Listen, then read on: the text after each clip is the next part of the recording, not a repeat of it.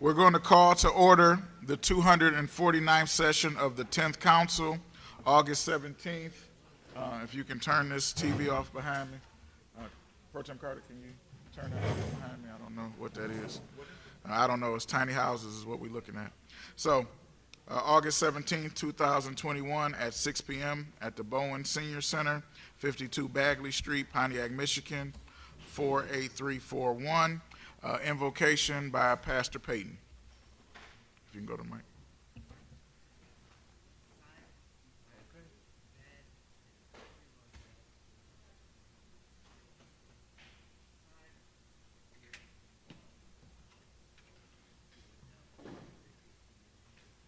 All right, there's another source for it.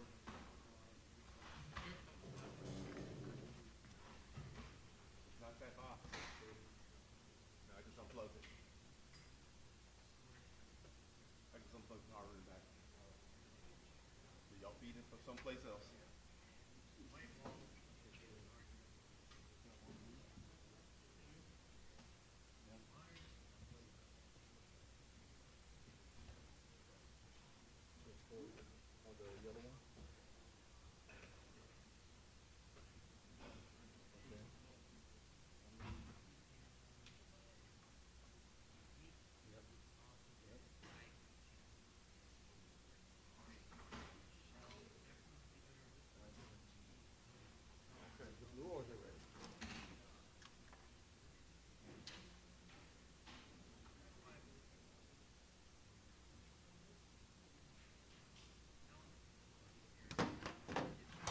Samsung.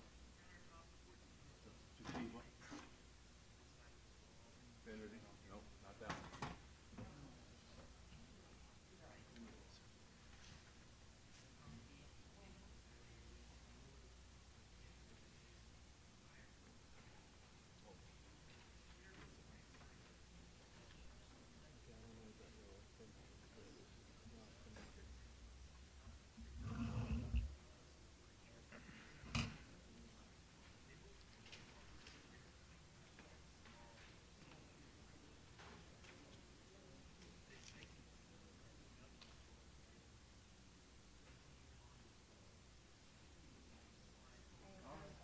You get it plugged someplace else.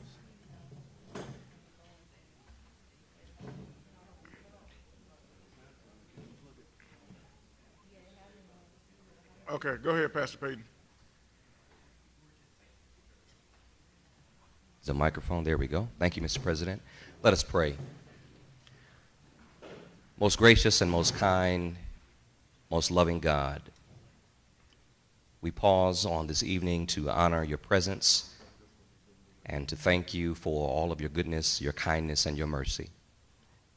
We invite your presence, O Lord, to be with us tonight as we deliberate the business regarding the city of Pontiac. We thank you for our leaders, for our president of this council, the other council members, our mayor, our deputy mayor, all those who lead this fine city. As your business is discussed tonight to help your people, we pray that you would lead us and guide us into fruitful conversation, that the business that is conducted tonight will be according to your will. This is our prayer. In your name we pray. Amen. Pledge allegiance. Pledge allegiance to the flag of the United States of America and to the republic for which it stands, one nation, under God, indivisible, with liberty and justice for all. Roll call. Present. Miller. Kidula. Present. Kransky. Present. Taylor. Present. Waterman. Here. Williams. Present. Okay. So no authorization to excuse any members because we have a full house tonight. Any amendments to the agenda? I already told you that the number 8, I had taken off the agenda. I previously informed the clerk that the documents for that are not ready yet. So, Madam Mayor, according to the charter, the city council has 30 days to approve or disapprove any of your appointments. Are you officially withdrawing the appointment until you put it back on the agenda? There's nothing to approve because there is no employment agreement that I have for you to approve.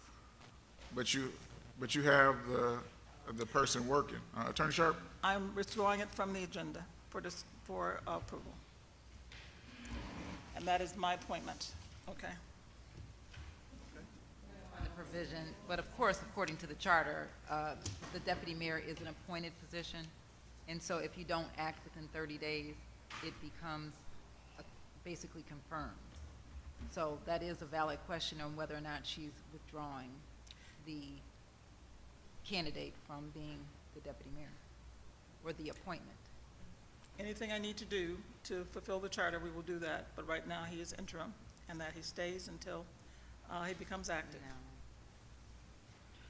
So are you withdrawing the nomination or not, Madam Mayor? I'm withdrawing this from the agenda. Not from the because there is no agenda, appointment. Not from the agenda. No. Are you withdrawing the Yes, nomination I'm of the appointment? He is interim, I'm withdrawing.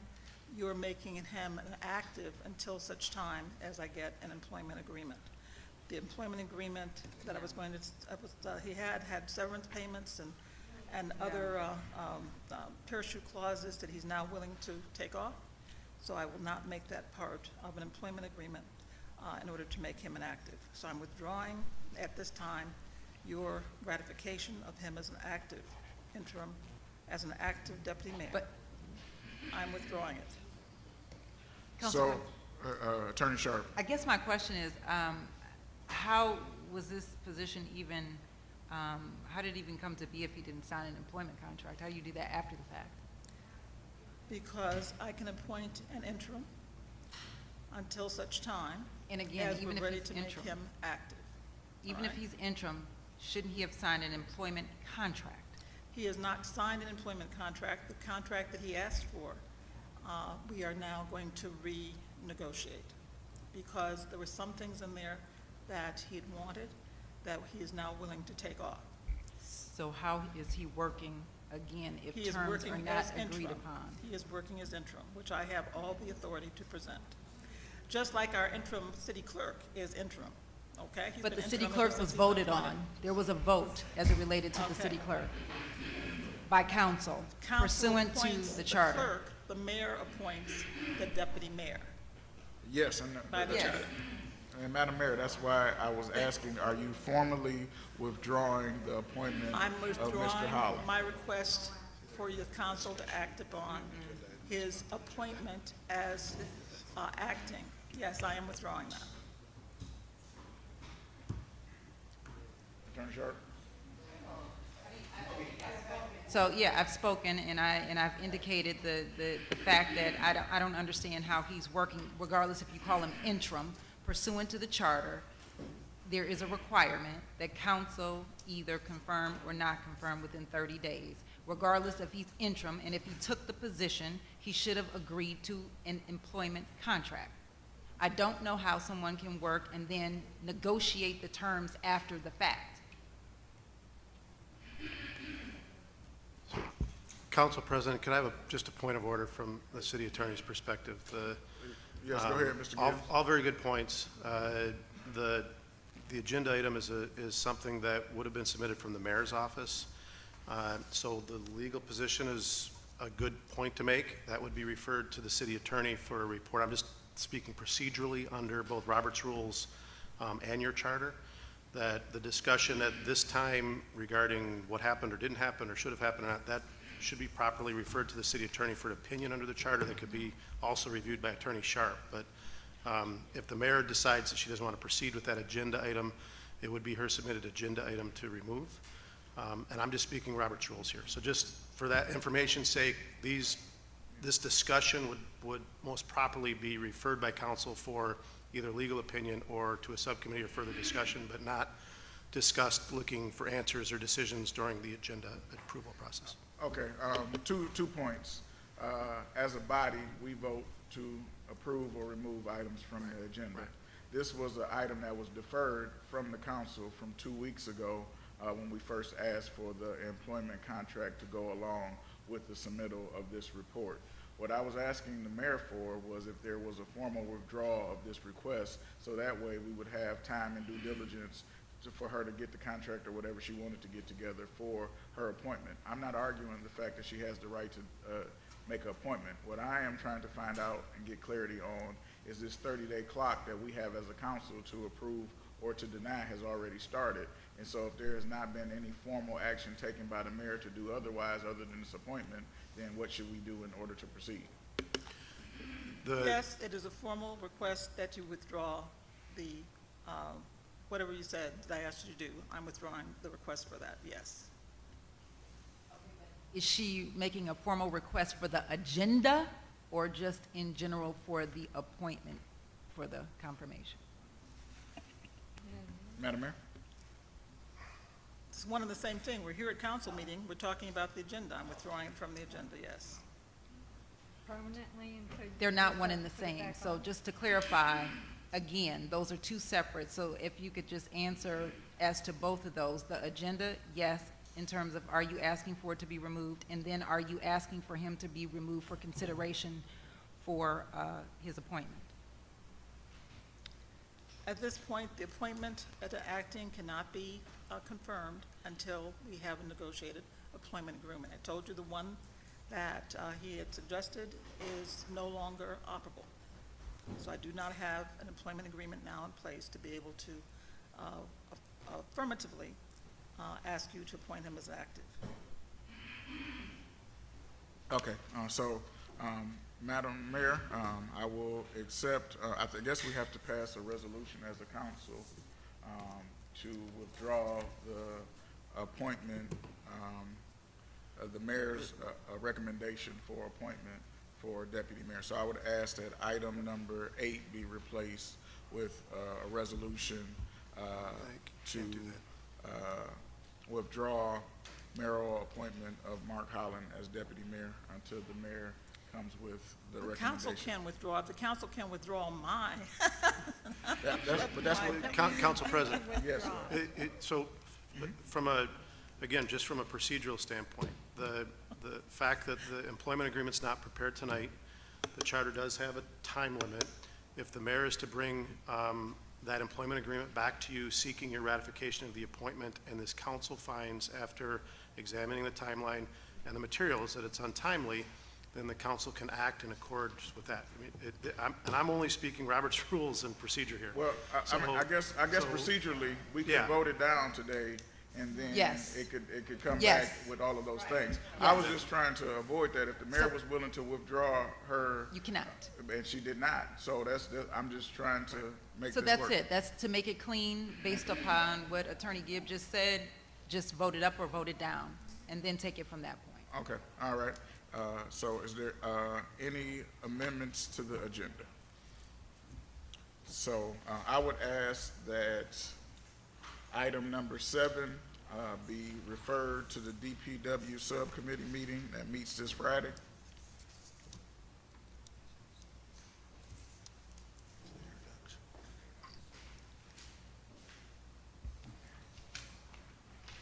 Is there a move? Support. All right, it's been moved by Waterman, supported by Sharamsky. Any discussion? Yeah, I have a discussion, and probably does Councilwoman Megan. Without seeing this contract, are we talking about air cleaning?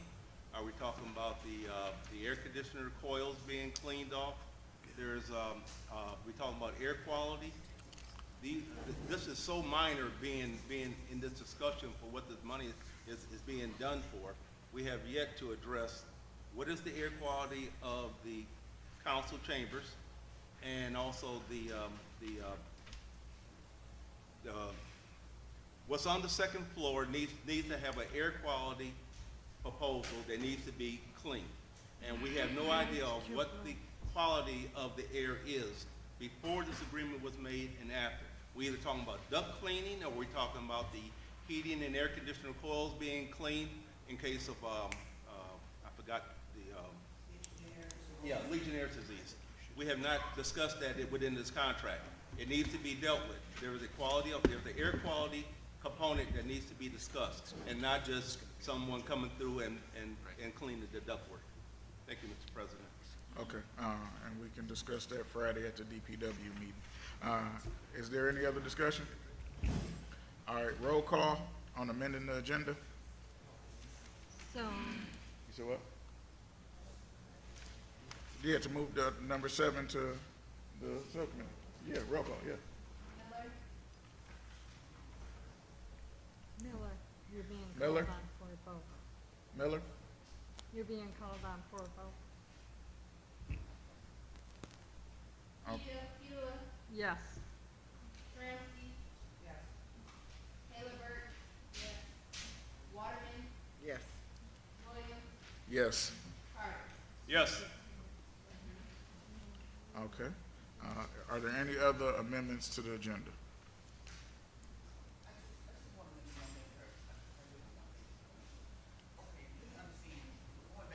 Pull your mic down. Mayor position. So where are we at? Are we gonna vote on this tonight? How are we gonna do this? 'Cause that's what I was looking for. So where are we on that? Are we going to vote on this tonight? Are we gonna play footsie with this and let time lapse? We wanna do things decent in order. That's all I'm saying. Why don't we just do the vote, get it over with, and then she brings it back or whatever? I mean, this is, Yeah, that's what we're gonna do tonight? yes, after we approve the agenda. And also, I wanted to find out, which is a very valid question, Mr. President, and I think my colleagues would agree, and this is not personal, but this is business. We know that Mr. Holland been here for quite a while. How long has he been here? How long have we been paying him? It's been past the month, to be honest. Oh, yes. So we need to find out how much been paid. That's what we do. We do money here. Okay. We need to find that out. We need to do a resolution, see how long he's here, and hopefully the mayor will give it to us, and that'd be fine. Yes, I am. That's all for you. Yes. Okay. Oh, You need to know that. Mr. Clerk, we need more freedom of information to whether or not Mr. Holland has been on the payroll for the last few months. Oh, do I have a signature. Okay, so is there any other amendments to the agenda? Okay, so I need moving support to approve the agenda as amended. Thank you. So moved. Moved by Peeler, is there support? Supported by Sharamsky. Any discussion? Seeing none, roll call? Sheila. Yes. Ramsey. Yes. Taylor Burke. Yes. Waterman. Yes. Williams. Yes. Carter. Yes. Miller. Yes. Whoa. Oh, I'm gonna go. okay, which brings us to approval of minutes. Mr. President, Yes. may I ask you if you would please ask the audience to not shine the lights in our eyes? It's blinding 2 of us over here, and we both have problems with our eyes as it is. This is being,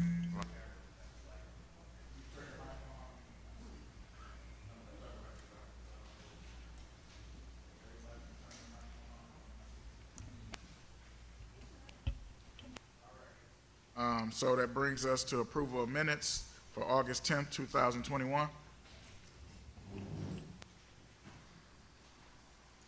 Your motion?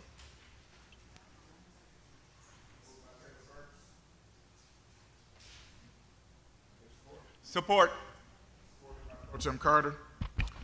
All right. Any discussion? Seeing none, roll call? Ramsey. Yes. Taylor Burke. Yes. Waterman. Williams. Yes. Carter. Yes. Miller. Yes. Okay, it brings us to subcommittee reports. Item number 2, Law and 50th District Court, August 10th, 2021. President, as you well know, I'm the chair of that subcommittee. The notes are inside our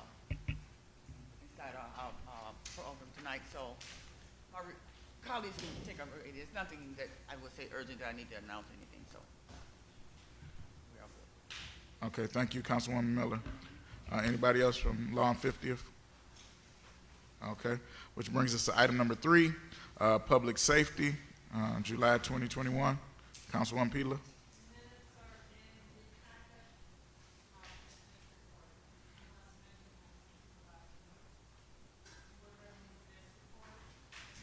Okay, which brings us to recognition of elected officials. Do we have any elected officials in the audience? Okay, seeing none, agenda address, Mr. Clerk? No agenda address, which brings us to item number 4, resolution to approve agreement between the city and Angle Civil LLC for $620,373.38 for the 2021 Clinton River Trail Maintenance and Safety Improvement Projects. Madam Mayor, who's presenting this item? I have Mr. Siddiqui from Engineering Department. He has previously presented this item, and he can answer any additional questions that you have. The packet is as was presented originally, no change in the packet. Yes, Honorable Council, this is something that we discussed at length last week at the study session. This is a request to award contract to Anglin Civil for maintenance of the Clinton River Trail from Bagley to the western city limits. And Yeah, yes. we have incorporated the revisions that you had requested, including the various funding sources or the various partners that are involved in the project, and also clarifying the payment methods to the contractor. Okay, Attorney Sharp? Restate what Mr. Siddiqui had to say, that he revised the resolution pursuant to council's request and made those documentation indicating the payment method and where the sources would be. Okay, does anybody have any questions? Okay, is there a motion?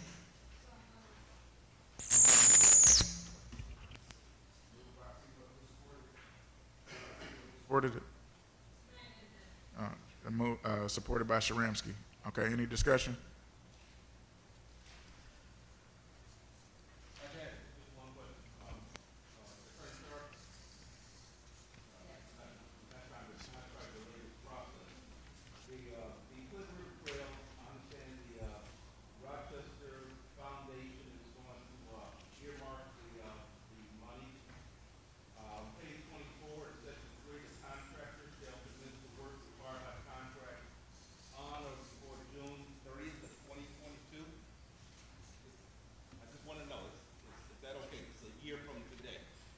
That's when, in fact, I guess Mr. Siddiqui can confirm what I'm saying, if it's true, but that's when the work should be completed, correct? Correct. So they have a whole year to complete it, a year and some months. So most of the work will be completed this fall, but there's some signal work for installation of a pedestrian crossing near Bodat Park at Orchard Lake that needs to be, that will take a little bit longer, and that will be happening in the spring next year. So that's why. Hawk signal, right.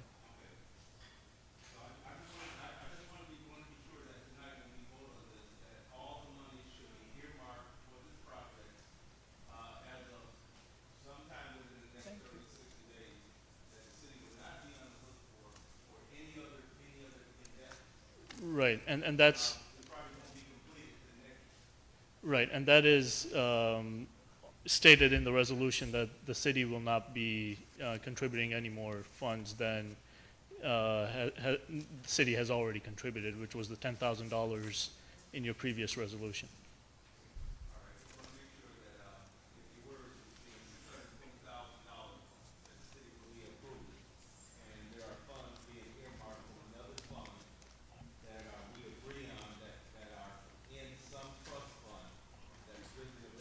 Right, and those are already earmarked. You're welcome.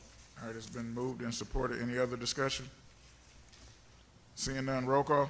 Taylor Burks. Waterman. Williams. Yes. Carter. Yes. Miller. Seymour. Transfer.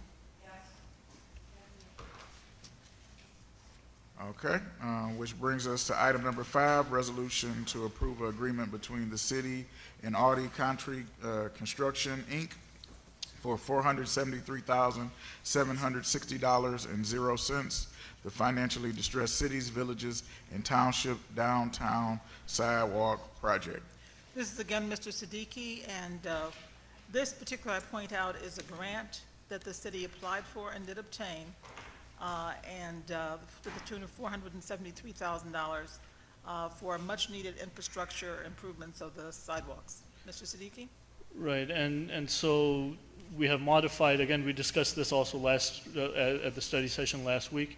We've modified the resolution to incorporate a contingency amount for the vaults that were mentioned previously. Okay. Is there a motion to vote on this? All right, it's been moved by Waterman, supported by Petola. Any discussion?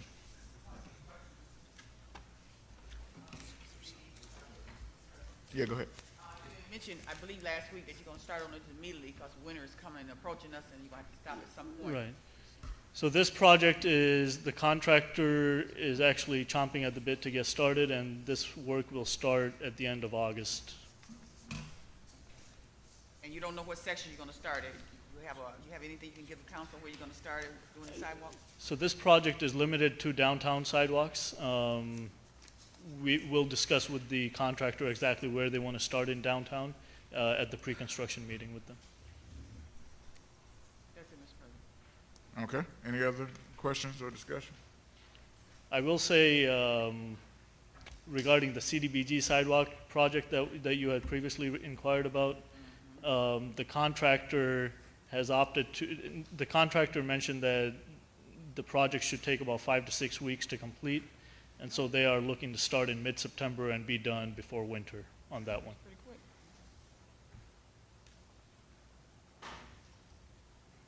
quick. Okay. Any other discussion? All right. Roll call? Waterman, Yes.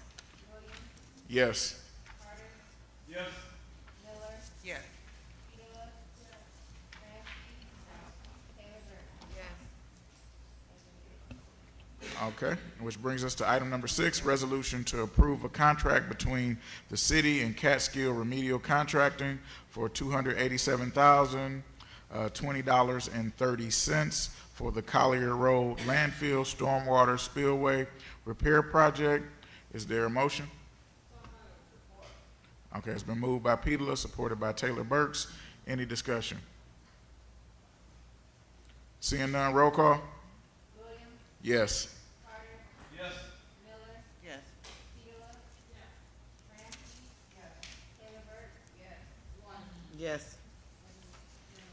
Okay. Thank you. Now, which brings us to item number 8, resolution to approve mayor's appointment of Mark Holland as deputy mayor. Is there a motion? Well, the motion is just to vote on the item, and then we have to vote to approve or to deny. So are you making a motion, Councilwoman Peeler? Support. All right, it's been moved and supported. Any discussion?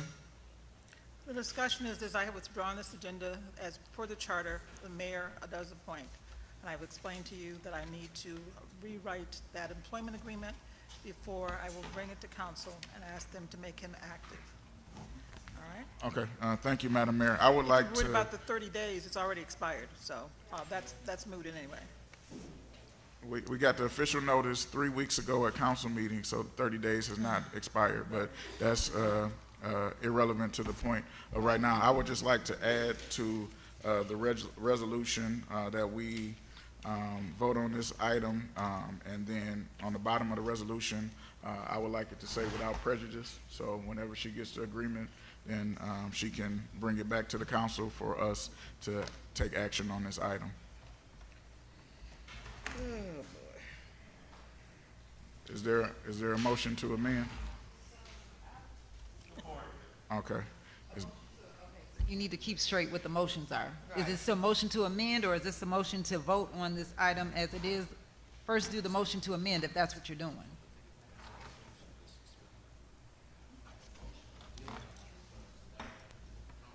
Okay. So Councilwoman Petola, and who was the support? Waterman. Can you remove the original? Yes. Okay, all right, now, I need a motion to amend the resolution to say without prejudice. Support, move. All right, it's been moved by Waterman, supported by Taylor Burks. Sorry, without prejudice, or you just said that you wanted it to be brought back when they have it? That's, I'm I not wanted to clear. say without prejudice, so they can bring it back whenever they get the contract together. Okay, let's move Yep. on. Okay. All right, any discussion? Seeing none, roll call. Carter, Yes. Miller, Wait a minute, wait. Are you approving or not? A motion for it is approving the appointment. A motion not to approve is not approving the contract. That's why I wanted you to be clear. It should be no. Okay, call the roll over. Miller, No. Sheila. No. Transky. I'm sorry, Trans. No. Taylor Burke, No. Waterman, No. Williams, No. Carter. No. 3 days, 7. Okay, which brings us to item number 9, status update on the appointment of the Medical Marijuana Commission. Madam Mayor? Yes, once again, I did not put this item on the agenda, and just for the public knows, there's a parentheses and things written in bold. That is not from the mayor's office, even though it's written under the mayor's office here. That's not truth in advertising. Actually, the interim clerk puts these editorial comments in, and those are his comments. So I just want the public to know which comments come from the mayor's office and which ones are the interim clerks. And the interim clerks are not the legal opinion of our city attorney. So I just want the public to be clear. He insists on doing that, but we do need to have transparency about who's writing what and submitting it to the agenda. I didn't put it on the agenda because of the fact there is an investigation going on right now that has stopped the proceedings a little bit. I wasn't going to talk about it because actually one of the medical marijuana commissioner who I have considered appointing, who has reviewed the rules, has made an accusation that one of the professionals that the interim clerk hired, and I'm not going to say which one because it's an accusation and it is under investigation, but the medical marijuana intended nominee, I wouldn't say that he's taken an oath yet, but in vetting him, he made an accusation that this person hired by the clerk has a conflict of interest. So I immediately, with our city attorneys there, took it to them and said, you've got to define whether this is, because this would taint the whole process, if that is the case. I did not want to bring that out because it is just an accusation. I wanted the city attorneys to have the chance to review that. So that's where it stands. Nothing proceeds until we can determine whether the process is tainted or whether we can move ahead and clear this particular person. All right? So that's where it stands. So just to be clear for the record, the appointees have not been made Right. The appointees have been made. to who? They have not, I appoint them. You appoint them where? I appoint them, and You it appoint says them on at the a council referendum. meeting, right? No, I don't have to. I appoint all my boards and commissioners. I appoint them, and I let them know they're appointed. I No, send what them I'm a letter. saying, what I'm saying to you, Madam Mayor, is what venue did you appoint these people in? The same, I appoint all the boards and commissions. I send them a letter, and I say, I appoint you. That's how I make the appointments. So, Attorney Gibb, just for the record, Yeah. and I just need clarification on this. Mayoral appointments can be made without being brought to and in front of a public body? I don't know the answer, but he does. Well, have him whisper it to you so you can have the answer. Yeah, I can speak to that, No, Council President. excuse me, yep, Attorney Gibbs just asked you a question, so, thank you. Attorney Gibbs is not. I'll have to confer with the city attorney and provide you an opinion at a later date. That's all I Okay, thank you. Yeah. Attorney Sharp? I was just going to say, really, that's not really the issue at hand. In terms of the clerk is the record keeper for the council and for the city. And so therefore, he just indicated that what transpired on August 5th, and that as of today, you were supposed to have these names submitted, and they're not. So that was just the record that the clerk took, right, and indicated that note on your agenda. Okay, thank you. That was a suggestion Okay, it brings from us the to council. public comments. Suggestion. It brings us to public comments.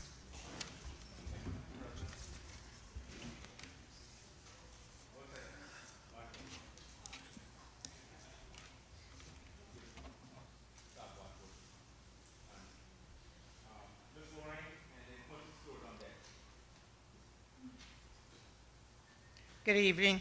I'm Lorraine Lozana, and I'm representing Stonegate, the parks at Stonegate Point, and also the shores of Stonegate Point. We are here, and I'd like the homeowners that's here to stand, please. We are here to let you know that we oppose the building of houses in our subdivision that we feel are inferior to the construction that's currently there.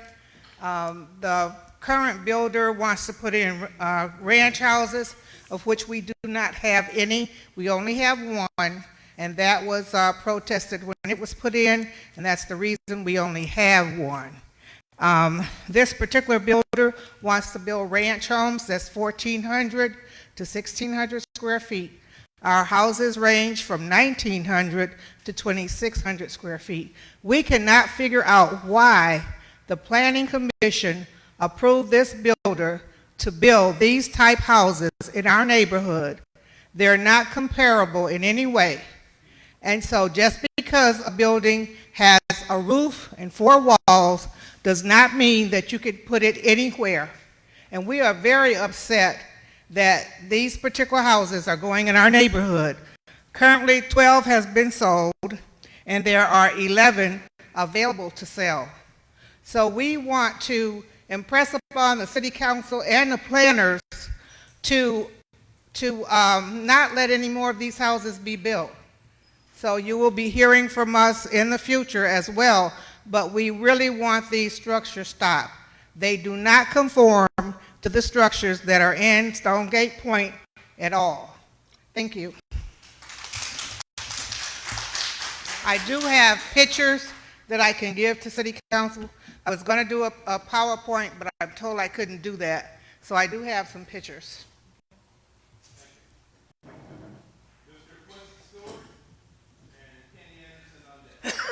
I don't see Kenny here, so man, you can go ahead and strike him. I don't see Kenny here. Briefly, several issues on the plate this evening with only 3 minutes to accomplish that, so let me get to the point. First, the M1 events. I am sure were wonderful activities, as will be the Dream Cruise this coming weekend for those suburbanites who come here. But for those of us landlocked and imprisoned on Pontiac South Side, it can be, in a word, confining. No notice was sent to us detailing what streets would be blocked. No communication, as Mr. Bass and I stated last week, was established with citizens as meetings were held in seeming stealth as to what plan was in place with our input. In a word, draconian, insensitive, and disrespectful treatment once again doled out to the citizens by this administration like candy on Halloween night. Secondly, the Phoenix Center side facade is unsightly, rife with mentally ill and people doing drugs. The bus stop located there is a haven for possible crime, and it reeks of urine. Negotiations with MDOT to move that bus stop further inside downtown would provide less anonymity for any loitering, loafing, and would curb any nefarious activities that does occur from time to time at that present bus stop. I might also suggest that a weekly cleanup of that space would be a more efficacious use of DPW's time than keeping City Hall spotless. Thirdly and lastly, certainly not least, is the speech Brother Kenny gave last week as he referred to the health crisis new Africans or black folks face in this town. I recall that at one point nearly every speech he gave was asking the city to meet with him on some health initiatives for the city. He was blatantly ignored by the mayor without even as much as a response during comment time to even as much as acknowledge that this was an issue and a willingness to at least meet. It is this pomposity, this arrogance and personality flaw that has been the hallmark of this mayor's years in office. Why is it that those of us who live here are not afforded the same open-door policy as those who seek abatements, who want to build, create, and profit, and who do not live here or look a certain way? Therefore, it is not necessarily true that placing people merely by color in office just for the sake of color is sufficient. We have had over 58 years of black elected officials as high up as president, and although some gains in terms of voice and public policy are undeniably present since 1965, we see that our turning away from self-determination and nationalism has afforded us comparatively little regarding true upliftment or a ceasefire on us by police, economic growth, nor the leveling of the playing field in terms of commerce or trade. The time has once again become ripe to consider more talk of self-help and bold steps to do so, rather than our collective dependent personality disorder on American government.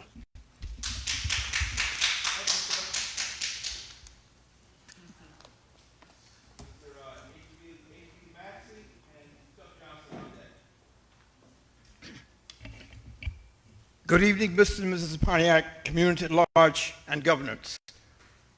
Quickly, last week I talked about job opportunities. This is not a job fair.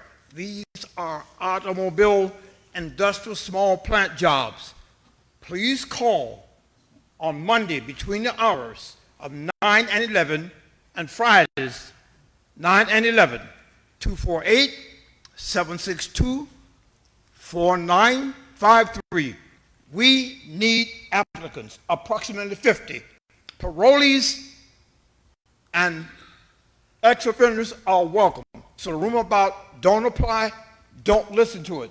We are processing all applications. Quickly turning over my page here for 4, 5, and 6. I understand the contracts were approved. We are in process of talking with the mayor's office. I can't find no longer stands. That dollar does not turn around 13 times in the city. We will be enforcing the mayor executive order, contract compliance. We want our contractors in the city, whether they're licensed or unlicensed. As I said now, your dollar does not turn around 13 times when the outside contractors live in Waterford, they live in Wixom, they live everywhere but here. And the process we will take care of. Next, contractors, Tuesday night. Meet me here Tuesday night. I want a list of all contractors, licensed or non-contractors. And we will continue this process to make sure that you at least wave a flag. Do you understand that waving that flag pay $20 an hour? There are none of us on traffic control. So please meet me here next Tuesday night. I need that list. We're going to take that to the mayor's office, and the process will begin. I can't find none. It's dead. Cease and desist. It is not acceptable. And again, from 9 to 11 on Mondays and 9 to 11 on Fridays, I need applicants for a small automobile industrial plant. You call me, I'll give you a number, and we will follow the process. We'll follow that process to make sure your application is completed correctly. So again, I'll meet you here Tuesday night, whether you have a license or not. I can't find one. It's not acceptable. It's going to cease and desist. Thank you.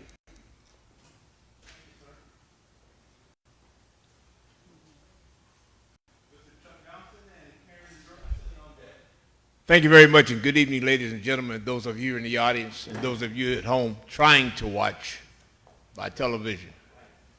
I'd like to tap Quincy's thought as it relates to the Dream Cruise activities, the roadkill activities, and now we're going to be getting, hopefully, the North American Auto Show here in Pontiac. What's happening over the last 8 or 10 plus years, we've been shedding, the city has been allowing, along with the state and other agencies, to shut down Woodward Avenue and all the businesses in the area, as well as the folk who live in the immediate south side area. It's not fair that these things are happening the way they are when this can certainly be turned in a different way so that it'll accommodate in the best interest of the city of Pontiac and the folk who live here. There's a lot of things that I could talk about, but the time don't allow me as I go forward with my comment here.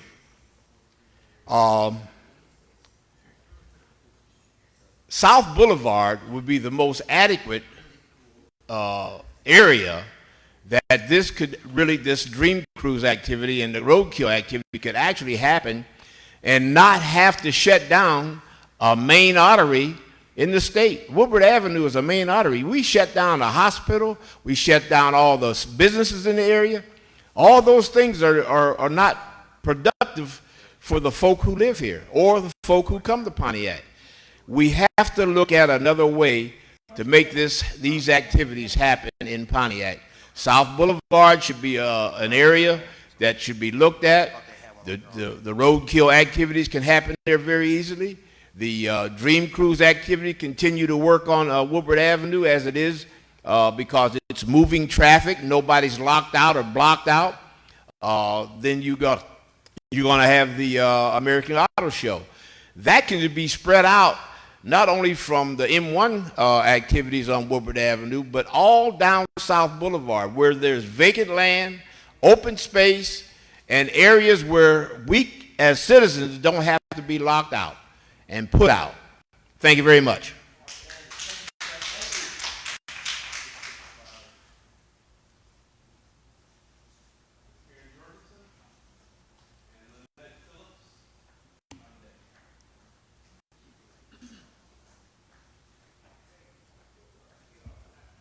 Good evening, Madam Mayor and City Council. My name is Karen Jorgensen. I reside at 35 North Saginaw Street in downtown Pontiac. And I wanted to thank M1 Concourse because I thought that the event, even though it may not have been the most conducive setup for Woodward Avenue, but I think that there was a lot of people that really enjoyed it and it seemed like it was a great venue. And we have Dream Cruise coming up this weekend. It's always the third Saturday in August. And as a downtown business owner, I would really appreciate if you would come down and support our brick and mortar restaurants. I know that the plan is to have some food trucks, which is fine, but a lot of us are struggling, and we would really greatly appreciate if you would support those who have been here in the downtown trying to keep our businesses open. I'm excited to state that we have a second cleanup. Oakland University's medical students have asked to come back again. And if anyone else wants to help, that would be marvelous. We're going to be primarily working on downtown and some of the areas of District 1. And that will be Saturday, August 28th. We'll be working from 9 a.m. until 12 noon. And one of the local businesses has offered to pay for lunch for everyone.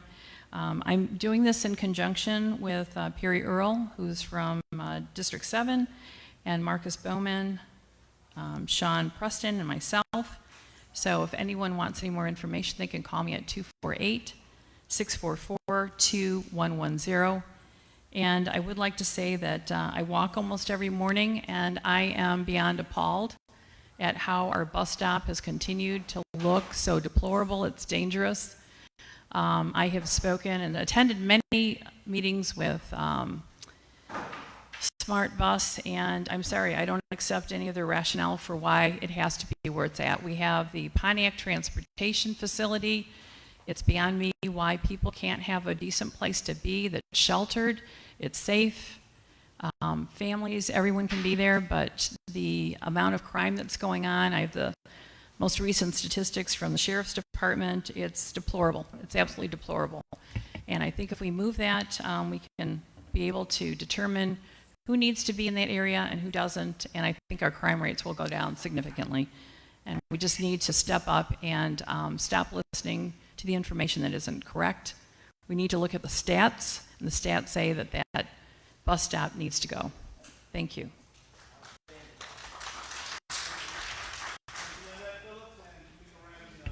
Council President, the council passed the rules that not allowed to give public comment while on the clock and while receiving compensation from the city. Good evening. My name is Lynette Phillips, and I'd like to thank you for this opportunity. Excuse me, Ms. Phillips, you're not allowed to speak.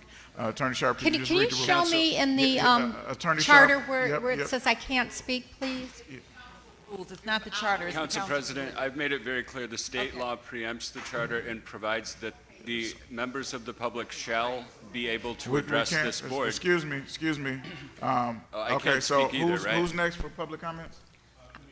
If I could speak, I would like to say what a success that Tamika Roadkill Ramsey. was, and that we Tamika- did a mailing Tamika- to 900 residents, to 150 businesses. We had Excuse a me, on-site meeting. Excuse me, Ms. Phillips.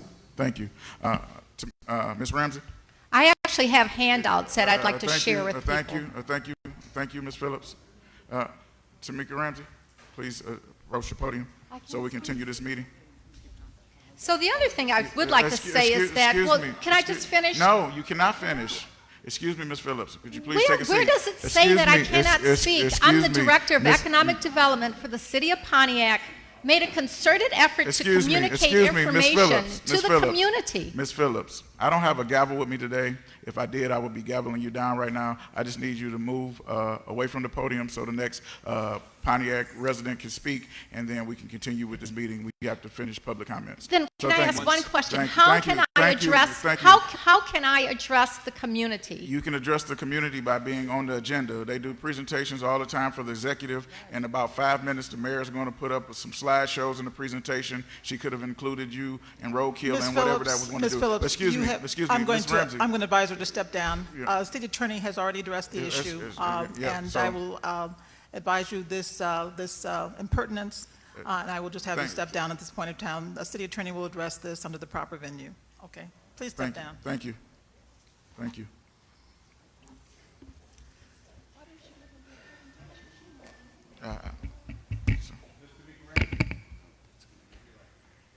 You ready? No, I got to come behind that. First of all, these attorneys in here will work for the godfathers of Harlem people. That's the type of city attorneys we got. I would first like to thank Brian Burrell with Burrell CNC Food Truck, Uncle Jerry's Barbecue, Angela Allen, Pontiac United, Kermit Williams and his organization Oakland Forward, and Black Women's Roundtable. Also residents Marcus Bowman, William Carrington, Perry Earl, and Melanie Rutherford. I am a resident that did not have power for 6 days. A resident that despite not having power, losing over $300 worth of food and spending over $700 for a hotel because my children have asthma and were having a difficult time breathing when it was dark and hot at night, use my status with the national nonprofit and my friendship with all of those people and organizations listed above to provide food for over 200 people, ice and coolers to over 50. It is not the job of the government to control nature or a for-profit utility corporation. It is your job to protect and support citizens when natural disasters happen, and that's what happened in Pontiac. Where was the support? This is a question I would like answered tonight. In other communities, mayors gave reports on DPW status. State representatives gave out information regarding resources such as cooling centers. There were people who came together, elected officials and municipalities, to give out dry ice and coolers and open cooling centers. None of that happened in Pontiac. And I would like to know why. Instead of using $100 per senior to keep medicine cold, now seniors are looking for $300 to $600 to replace medicine that should have been kept in the refrigerator. People use money that I'm sure they needed for bills to buy food because they could not cook, because there was no utilities. The cost of hotels increased because of the need. The same hotel that I got on Saturday for $300 yesterday was $125. Where are the people we voted for in places of positions to fight and advocate for us? I'm talking about on the city, county, and state level. I'm sure we're about to hear about roadkill nights and how people from outside the city had a good time while so many of the residents suffered for so long. I have resources. I know people. I did not suffer. My family did not suffer. We're out maybe $1,500. But I work my butt off to make sure that I can afford that. There were so many families.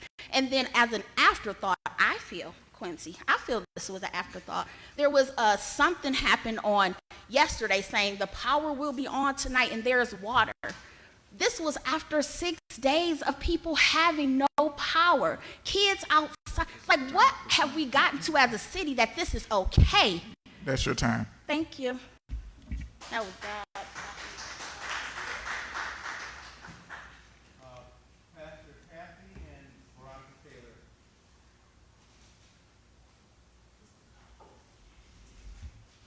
Taylor. Two things. I would like to thank the council people who killed themselves trying to get power back for people as fast and as hard as they could. District 4 was hit terribly hard, and every place I looked, I saw Councilman Carter trying to do something.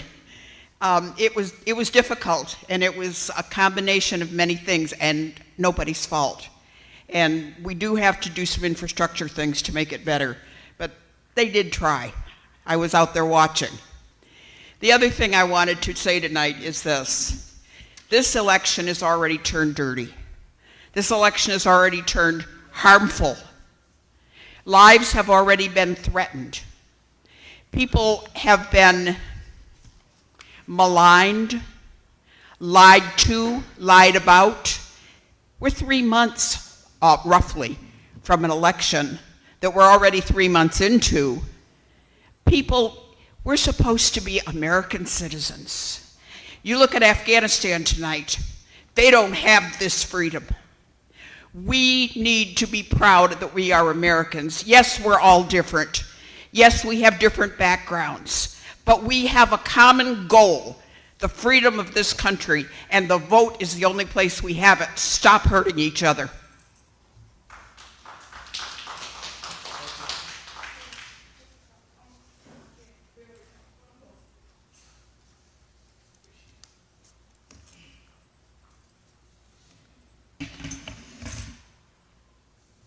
Good evening, the city of Pontiac. My name is Veronica Taylor. I'm an evangelist. I moved here 6 years ago. I was told because I was not born and raised here, I wasn't good enough for this city. Because I wasn't born and raised here. I love this country. I have fought for this country. My father and my grandparents have fought for this country. I love being here and being a native of Pontiac.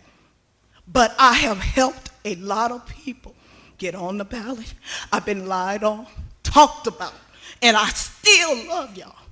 I was cried and humiliated today because of this race right here. And I don't appreciate it. I love every one of y'all on this council board. I have respected everybody in this city. But do I get it back? No. I have walked and helped people get on this board in this election. And to turn your back and can't speak to me after I helped you, I ain't worried about me, how you hurt me. You better worry about how you did me, and God got you. Thank you.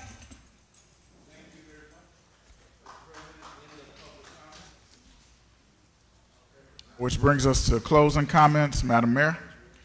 I'll start. There may be a PowerPoint if cable can get that up and running. First, I'd like to start with the DTE power outage, which had gone on for 6 days. We did do alerts on our website for everybody to know as we got it. Contrary, Council President, I think you equated my ability to tell DTE how to do their business. I cannot, but we were getting alerts from them every day. There was a huge a line down, electrical line on Joslin, which blocked off all of Joslin for a number of days. They had to bring in extra special equipment from out of the state or out of town in order to repair that. That's why it took an extra long time. But we wanted to support people. DTE also did have ice and water passed out. There were a couple of council people who did that. We did that as well from the city at Bowen Center and today at Ruth Peterson. So we did do another PSA to alert people, and that's what we can do. 5,400 people who had their power restored as of 11:30 last night. There are a few people still out along that Johnson corridor. We're working with DTA every day to make sure that they're moving along as quickly as they can, because I know how inconvenient that is for people. I'm going to just mention the roadkill, Lynette Matthews, which you shut down, contrary to state law. City attorney will have to handle that. Has a right to speak like any other citizen has a right to speak according to the state law of this council. And that is something that we'll have to acknowledge on another venue. But she did send out 900 letters to the people in the roadkill area to let them know what plans we were taking to mitigate some of the discomfort of having Woodward Avenue closed.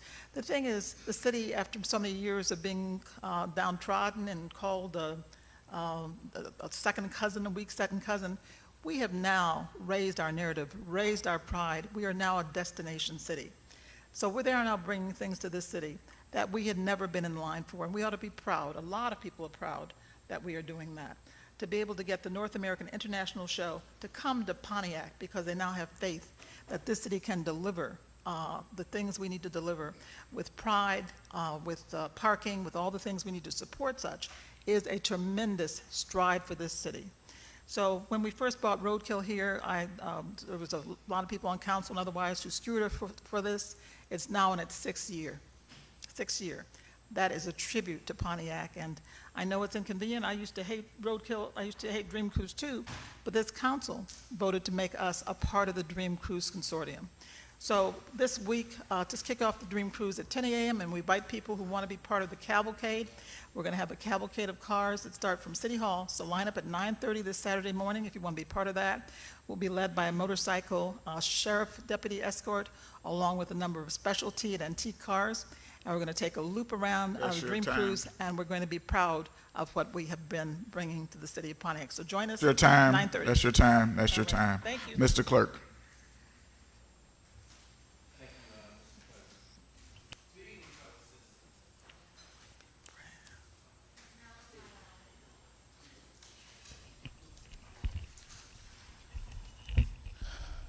Good evening, fellow citizens. First, I would like to say that I'm a resident of the city of Pontiac and have been for over 12 years.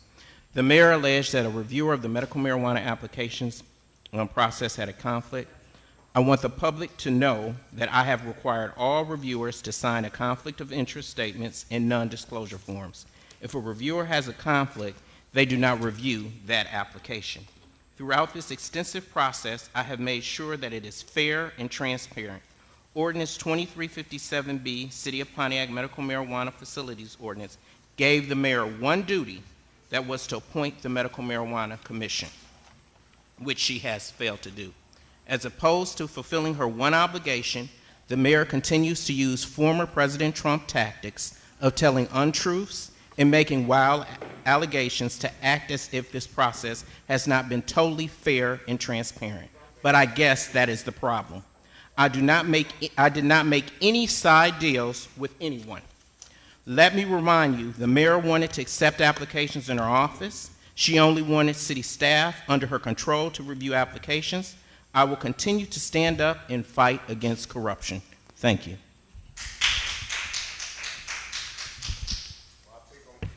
Attorney Sharp. Yes, I just want to clarify for council and the public, again, in terms of... We can't hear you.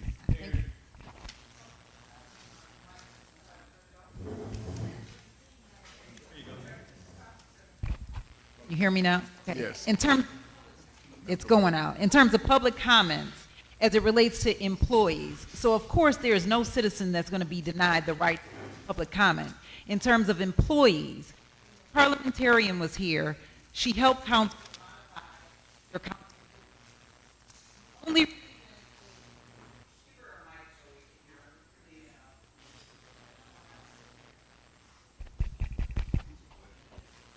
The only reason an employee is not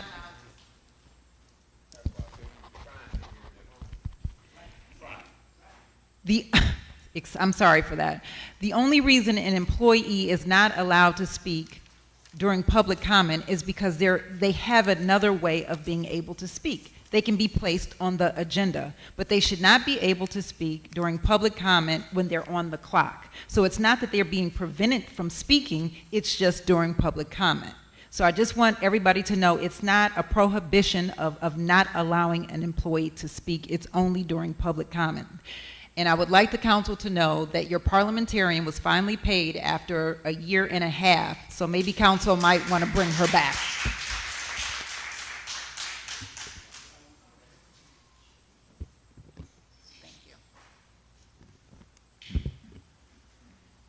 Okay, are you done, Attorney Sharp?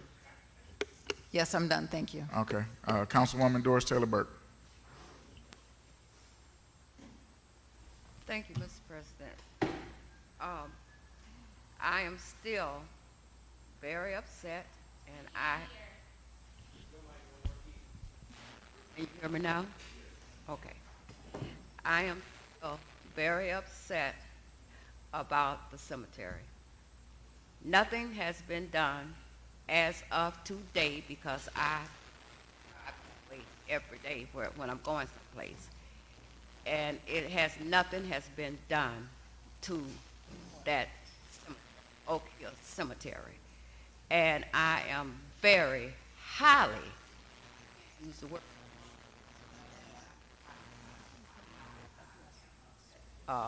about that cemetery. And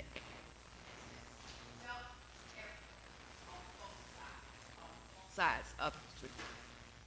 Who let their city look like that, knowing that most of the people that are there are our relatives, our friends, our friends. It's horrible. I'm to pay somebody out of my little money. Fix that. Somebody that I'm going to talk to.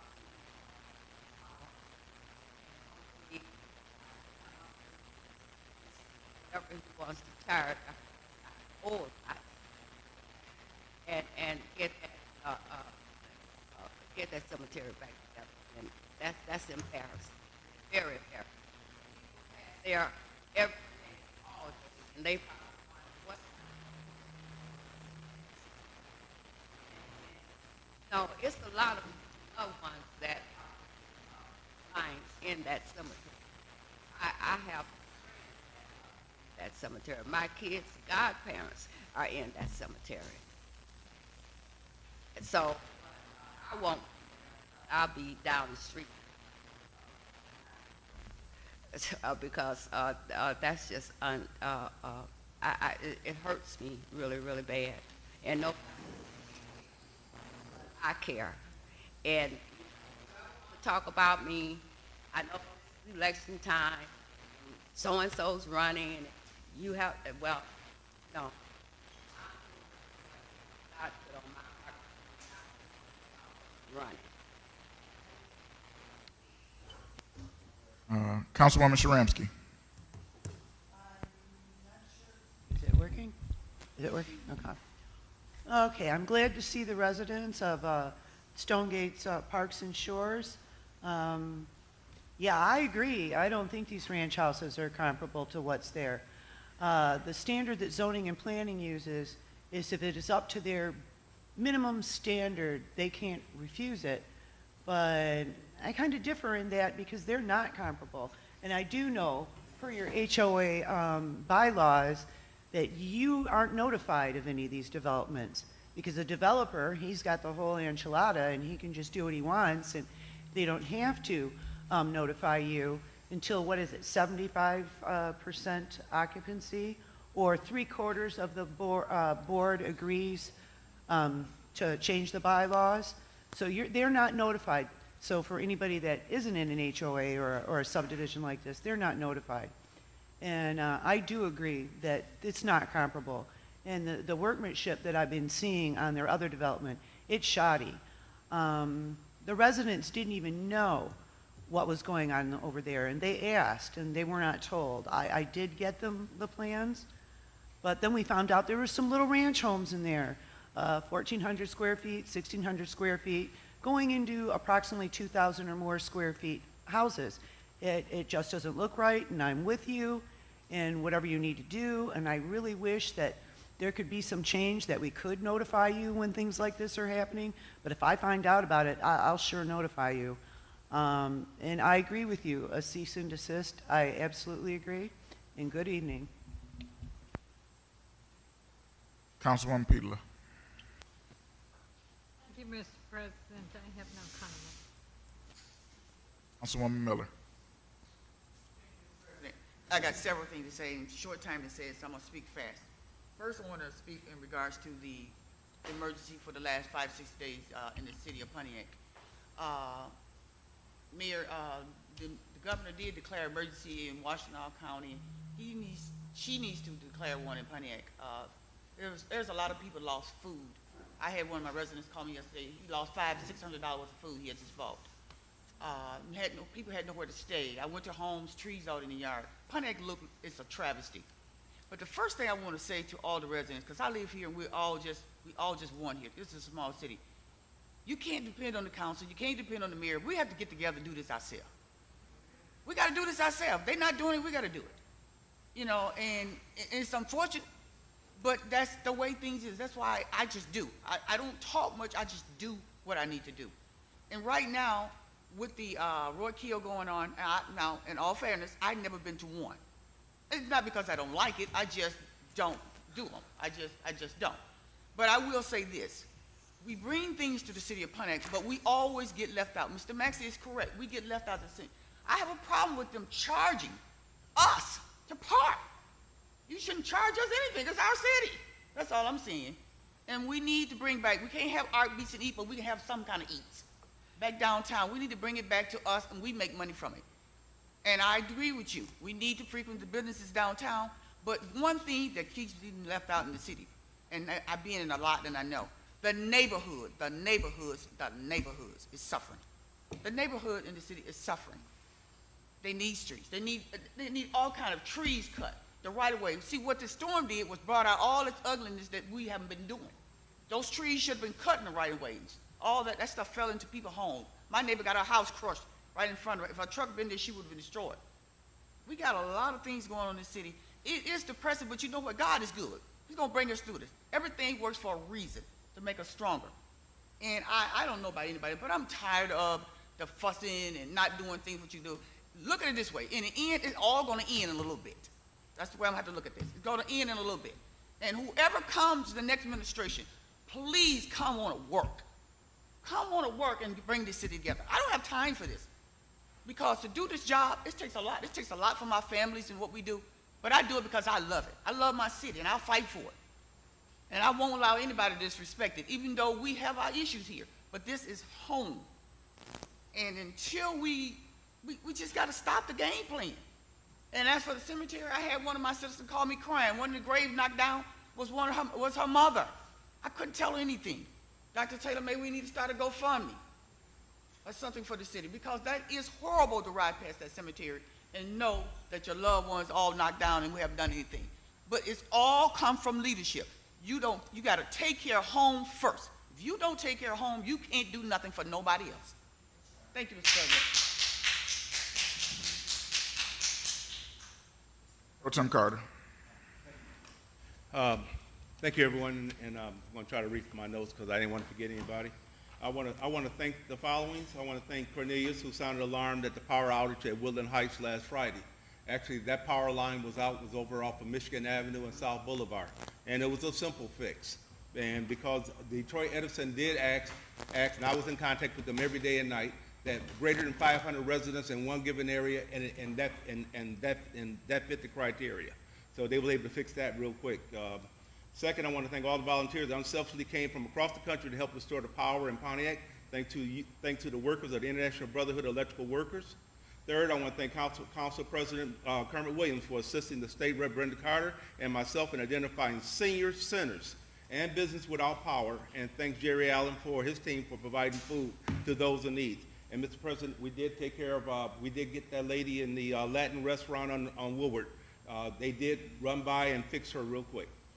Finally, I want to thank my resident of District 4, Pastor Buddy France, who called me 9:52 last night, thrilled that the power was on. My residents stood the outage resulted from a national disaster.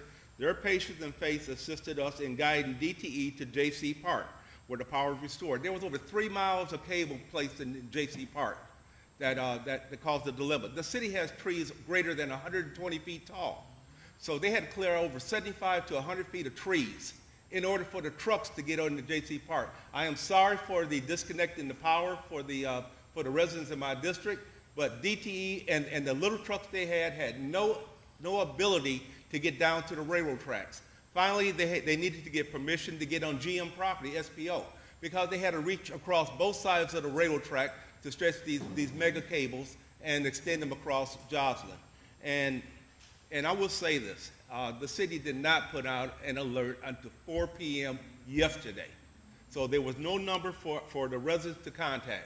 And I'm pleased, and thank you, Council President and my other colleagues for contacting me and others. Also, over in District 5, there was a car that was involved with a police chase Monday. That broke the telephone pole on LeBaron. That telephone pole pulled all the other wires. So when those got notices that they were reconnected, they were. The transformers were reconnected, but no, they did not have power at their house. It was not a blatant lie. It was repaired. But until J.C. Park was fixed, then the mega lines were rehooked up, and so everybody had their power back. With that, Mr. President, I want to say thank you very much, and thank you, residents, for understanding. Good night. Thank you. Good evening, everybody. Good evening, everybody. That's good. It sounds like Pontiac. I'm glad that all the residents attended this particular meeting. The people in Stonegate, I'm going to work with Councilwoman Sharamsky, whatever I can do, if we got a protest or whatever, because you guys have a nice community over there still. Not enough street lights, but y'all have a great community, so whatever we can do to help. I just want to say this, because a lot of times I just conduct this meeting. I don't get any extra pay for being city council president or anything else. I get a nice little nameplate, but that's it. And a lot of times people come to this particular meeting to cause chaos. They know what the rules are ahead of time, but then they want to violate the rules in public. City Council passed a resolution almost 2 years ago saying that you can send anybody from the attorney firm that represents the city except for Attorney Chubb, but yet and still, every Tuesday they try to find a way to make him speak. Employees can only do what their boss allows them to do. The City Council only has one employee, which is Attorney Sharp, and then we oversee by charter the clerk's office. Other than that, we cannot order any employee to do anything in the city. We can request it to happen, but all the orders come from the mayor because we have a strong mayor form of government. But for whatever reason, the last 4 years in particular, there has been a concerted effort not to work with the City Council on any particular level. And so when I talked about roadkill nights, which I disagree with because they were burning rubber until 4 o'clock, and I live right there on Woodward, until 4 o'clock in the morning. Nobody stopped them or anything else burning rubber on Woodward, which is a problem. But the issue was so stark because I had seniors that were without power, that needed oxygen, that needed everything. And it wasn't about roadkill. Business is going to make money. That's what they're going to do. So if the city of Pontiac allows them to use every street in Pontiac, that's what they're going to do because they're allowed to do it. The issue is the things that we get here are not the grocery stores, but it's the roadkill. It's the car garages and not the homes. And so when you look at the dichotomy, they got that land for absolutely almost nothing because it was old GM property. And they have consistently bought up the south side of the city of Pontiac, where the majority of the African Americans started to live in this city, if you go back to the history. And so when the community is actually locked out, because people say, well, roadkill should be good, right? But we don't have restaurants, we don't have the hotels, we don't have all of the other businesses that made, when GM was here, a place to be that was necessary. And so it's the effort that we use to support roadkill that's my problem. We had residents without lights. We didn't go down the streets together as a concerted effort. We didn't have this building open like it should have been open for people who were without power. And so at some point, we have to say, listen, I don't like Kermit Williams. I don't like a couple of the council people, but I have a job to do for the rest of the citizens of Pontiac. And you can't wait till Tuesday night when I haven't seen you all week, when I was delivering waters to each and every person. They had kids outside that couldn't go in the house because it was too hot, because it was one of the hottest days in the summer, and you say that you're confident with what happened last week. The problem that we have in this city is, when are we going to start caring about the people who live here 365? Not the people that come 7 days a week. That's great. And for the mayor to say we're no longer downtrodden because people want to come here and party.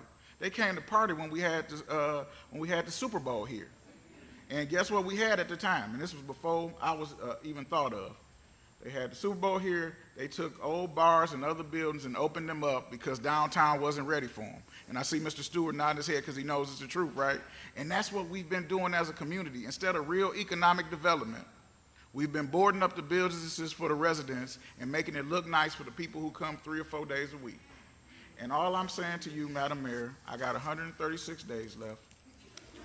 Let's do everything that we can do together as we move out of here to make sure that the quality of life for residents are there. Let's come up with an emergency plan that works, that next time the power is out, people can get triage. And so with that, I'm going to adjourn the meeting at 7:30.